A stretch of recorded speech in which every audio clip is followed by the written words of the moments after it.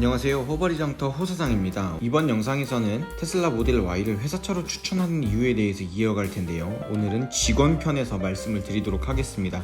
지난 영상에서는 사장님 편에서 말씀을 드렸는데 사실 그게 사장님 편인지 직원 편인지 잘 구분이 가지 않죠. 저도 제 스탠스가 도대체 어디 있는 건지 잘 모르겠지만 어쨌든 좋은 사장님들 밑에서 좋은 직원분들이 함께 일한다면 좋은 회사를 만들어갈 수 있을 거라는 희망을 가지고 이번 영상도 시작하도록 하겠습니다. 테슬라 모델 Y를 회사차로 추천하는 이유에 대해서 말씀드릴 텐데요. 첫 번째 이유는 주행 보조 장치입니다. 이게 왜 중요하냐면 테슬라의 주행 보조 장치인 오토파일럿은 현재 가장 뛰어난 성능을 보여주고 있다고 하더라도 과언이 아닐 정도라고 생각됩니다. 물론 테슬라와 비슷할 정도의 퍼포먼스를 내주는 제조사의 차량들이 있지만 업데이트 속도가 가장 빠르고 피드백이 가장 좋고 지금도 개발되고 있는 그런 어떤 속도나 지금까지 쌓여있는 데이터베이스의 양을 생각해 볼 때 테슬라의 오토파일럿을 뛰어넘을 수 있는 기술이 나올 수 있을지 조심스럽게 의문이 드는 건 사실입니다. 이 주행 보조 장치가 왜 중요하냐면 저도 사실 크게 의미를 두지 않고 있었는데 제가 직접 주행 보조 장치를 사용해 보니까 체감이 꽤 컸습니다. 주행 보조 장치를 사용하지 않고 운전하는 것과 주행 보조 장치를 사용하고 운전하는 것에 대해서 체감이 꽤 컸는데 제 운전 이력을 짧게 말씀드리면 저는 19살 때부터 운전을 시작했고요. 생일이 지나자마자 바로 면허를 따서 운전을 시작했습니다. 집에 놀고 있었던 어머니 차가 있었는데 그 당시 98년 현대에서 나온 최초의 박스카 현대의 아토스라는 차가 있었습니다. 지금은 나오지 않고 있고요. 아마 캐스퍼가 아토스의 손자 손녀 정도 되는 그런 정도 느낌이 아닐까 싶습니다. 그 아토스 박스카 형태의 아토스를 제가 몰고 다녔는데 아무것도 없었습니다. 아무것도 없었고 심지어 아시는 분들은 아실 수 있겠지만 98년도 당시에 나왔던 차량들이 어떤 식으로 나왔냐면 그 운전석을 뺀 나머지 좌석에 창문을 올리고 내리고 하는 방식이 수동 방식이었습니다. 레버를 돌려가지고 올리고 내리고 하는 그 레버 방식이었고 엉뜨, 핸뜨 이런 거 전혀 생각할 수 없고요. 그냥 에어컨, 히터 나오는 게 전부였습니다. 자동 변속기에 몇 단 변속기 이런 거 없습니다. 그냥 드라이브 하나 있고요. 드라이브에서 하나 내리면 수동 변속기로 바뀌죠. 숫자 2 되고 더 내리면 로우 되는 그런 차를 끌고 다녔습니다. 그렇게 그 차를 제가 19살 때부터 한 2년 정도 끌었고요. 21살 때 2006년식 20만 킬로 뛴 투싼을 아버지께서 또 구해주셔가지고 그 차를 35만 킬로까지 탔습니다. 그 차를 한 2년 정도 타면서 35만 킬로까지 탔고요. 06년 투싼 당시에 풀옵션이었고 썬루프도 있는 차량이었고 엉뜨 최초로 경험해봤죠. 엉뜨가 이렇게 좋은 건지 몰랐습니다. 하지만 주행 보조 장치는 여전히 아무것도 없었습니다. 일반 크루즈 컨트롤도 없었고 아무것도 없었기 때문에 저는 옵션이라는 것에 대해서 크게 연연하지 않았습니다. 엉뜨 들어온 거 너무 신기했고요. 너무 만족스럽게 탔고 그 차를 35만 킬로까지 타다가 보내주었습니다. 마지막에 브레이크가 고장나서 죽을 뻔했는데 그렇게 생명을 연명해가지고 어찌저찌 타다가 35만 킬로에 보내줬습니다. 그러고 나서 타게 된 게 이제 17년식 투싼이었는데요. 그 차는 어머니가 그 아토스를 이제 처분하시고 나서 새로 사신 차였는데 17년식 1.7 디젤 투싼이었습니다. 완전 깡통 투싼이었고요. 그냥 변속기만 자동이었고 아무것도 없었습니다. 그냥 엉뜨도 없는 17년식 투싼이었습니다. 그러니까 주행 보조 장치는 당연히 없었습니다. 이 차는 썬루프도 없었고요. 단지 좋아진 거는 이 변속기가 좋아지면서 연비가 굉장히 좋아졌다는 것 정도. 그래서 유지비가 적어졌다는 것 정도. 이 차는 제가 1년 정도 신세를 졌습니다. 어머니 차를 빌려서 탔기 때문에 신세를 졌고요. 그리고 나서 제가 제 명의로 된 첫 차를 구입한 게 i30였습니다. i30를 구매해서 잠깐 탈 일이 있었는데 잠깐 탔었고 이 차에서 처음으로 일반 크루즈 컨트롤을 경험했습니다. 아주 신세계였습니다. 엑셀을 밟지 않아도 차가 속도를 유지하면서 가고 나는 이제 핸들만 잡고 가면 됐기 때문에 아주 신세계였고 그 당시에도 장거리를 굉장히 많이 뛰고 있었는데 아주 편안하게 다닐 수 있었습니다.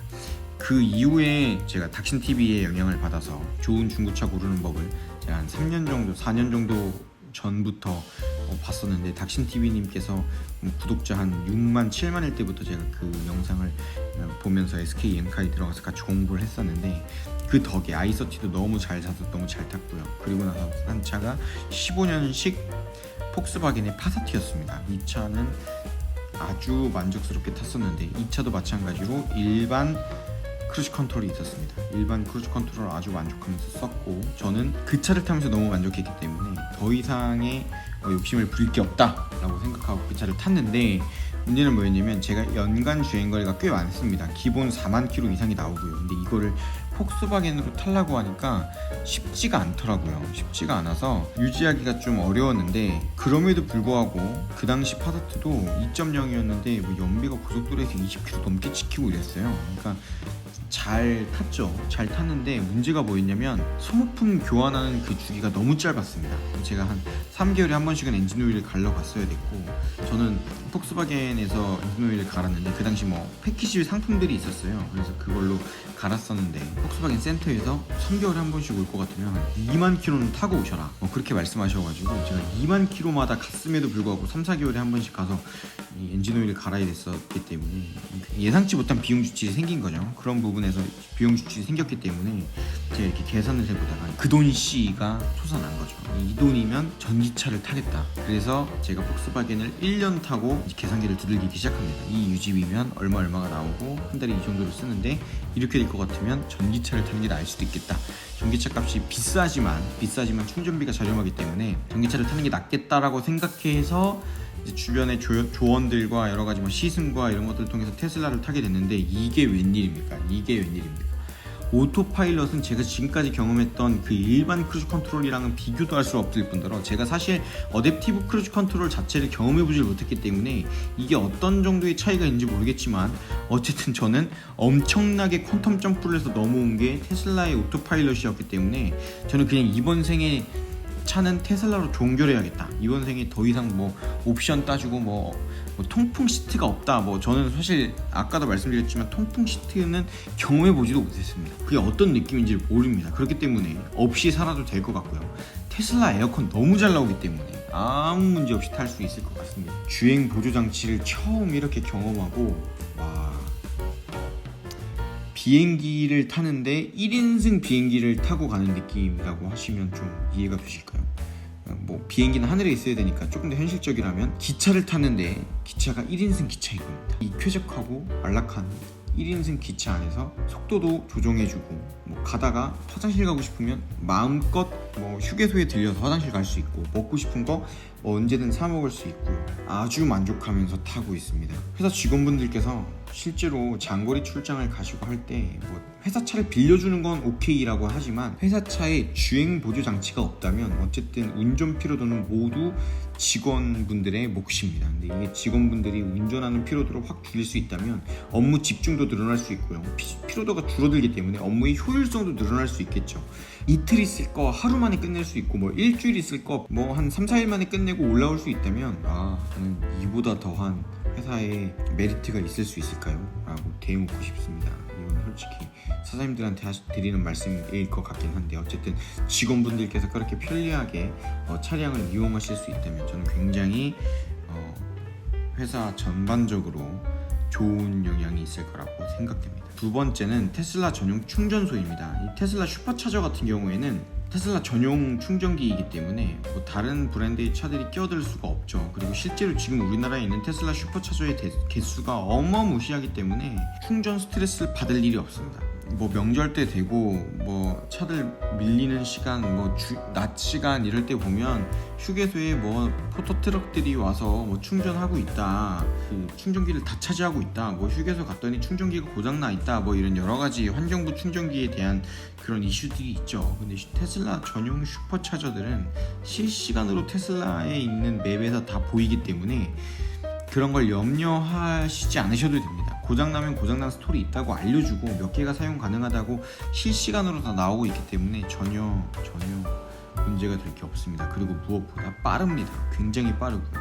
테슬라에는 또 그 테슬라 충전소를 찍고 이동하게 되면 프리컨디셔닝을 하게 되죠. 프리컨디셔닝을 하면서 테슬라의 충전소에 도착하게 되면 굉장히 빠른 속도로 충전을 하게 됩니다. 그러면 화장실만 한번 다녀오시고 편의점 들려서 물 사오는 시간이면 또 충분히 이동할 수 있는 거리가 확보가 되기 때문에, 배터리 양이 확보가 되기 때문에 뭐 충전 때문에 스트레스 받는다? 이것 때문에 뭐 시간이 많이 지연된다? 없습니다. 오히려 최저가 주유소 가서 주유하려고 늘어져 있는 그 행렬에 껴있는 내연기관 차를 보면서 안타깝다라고 생각하면서 지나가실 수 있을 정도입니다. 자, 마지막입니다. 하차감이죠. 이건 정말 최고의 복지라고 생각합니다. 실제로 제가 어떤 기사를 봤는데 어떤 IT 회사 같은 경우에는 직원 복지에 이 슈퍼카를 넣어놓고 추첨을 통해서 이 한 달에 몇 명씩 이 슈퍼카를 탈 수 있도록 배정해주는 그런 복지를 제공하고 있더라고요. 근데 이게 실제로 제가 생각했을 때, 제가 회사 대표자 입장에 생각했을 때, 제가 직원으로 일하는 회사에서 어떤 실적을 달성했을 때, 혹은 추첨을 통해서 슈퍼카를 탈 수 있는 기회를 준다, 혹은 굉장히 메리트 있는 이런 진보적인 기술력을 갖고 있는 차를 탈 수 있는 기회를 준다? 저는 굉장히 메리트 있다고 생각합니다. 일을 열심히 하려고 하는 욕구가 생길 것 같고요. 그리고 이런 차를 또 한두 번 타게 되면 실제로 이런 차를 더 타고 싶다라는 그런 마음이 생길 수 있다고 생각하기 때문에, 직원 복지에 대한 이 메리트로서 테슬라 모델 Y는 굉장히 큰 메리트가 있다고 생각됩니다. 테슬라를 타고 가시다가 갓길에 잠깐 정차하셔서 깜빡이 켜고 서 계시는데 아이들이 이렇게 무리지어 지나간다거나 아이들이 부모님과 손잡고 지나갈 때 테슬라는 꼭 한 번씩 보게 되는 차량입니다. 아이들이 테슬라를 보면서 손가락질을 합니다. 물론 이 손가락질은 아이들의 호기심 넘치는 눈빛과 아주 알 수 없는 그 부러움의 대상이 된 것 같은 그런 눈빛을 받을 수 있는데, 사실 이게 애기들 눈빛 받아서 뭐가 좋은지 모르겠지만 아무튼 뭐 그런 하차감 충분히 느끼실 수 있습니다. 그리고 진보적인 기술력 충분히 가져가실 수 있기 때문에 저는 굉장히 메리트 있다고 생각합니다. 자, 이번 영상에서는 테슬라 모델 Y를 회사차로 추천하는 이유에 대해서 말씀을 드렸는데요. 이번 편은 특별히 직원분들의 입장에서 말씀을 드렸습니다. 직원분들이 테슬라 모델 Y를 탔을 때 어떤 메리트를 가지실 수 있는지 말씀을 좀 드려보았습니다. 회사차를 고민하시는 분들에게 조금이나마 도움이 되셨기를 바라면서 오늘도 좋아요와 구독 부탁드립니다. 감사합니다.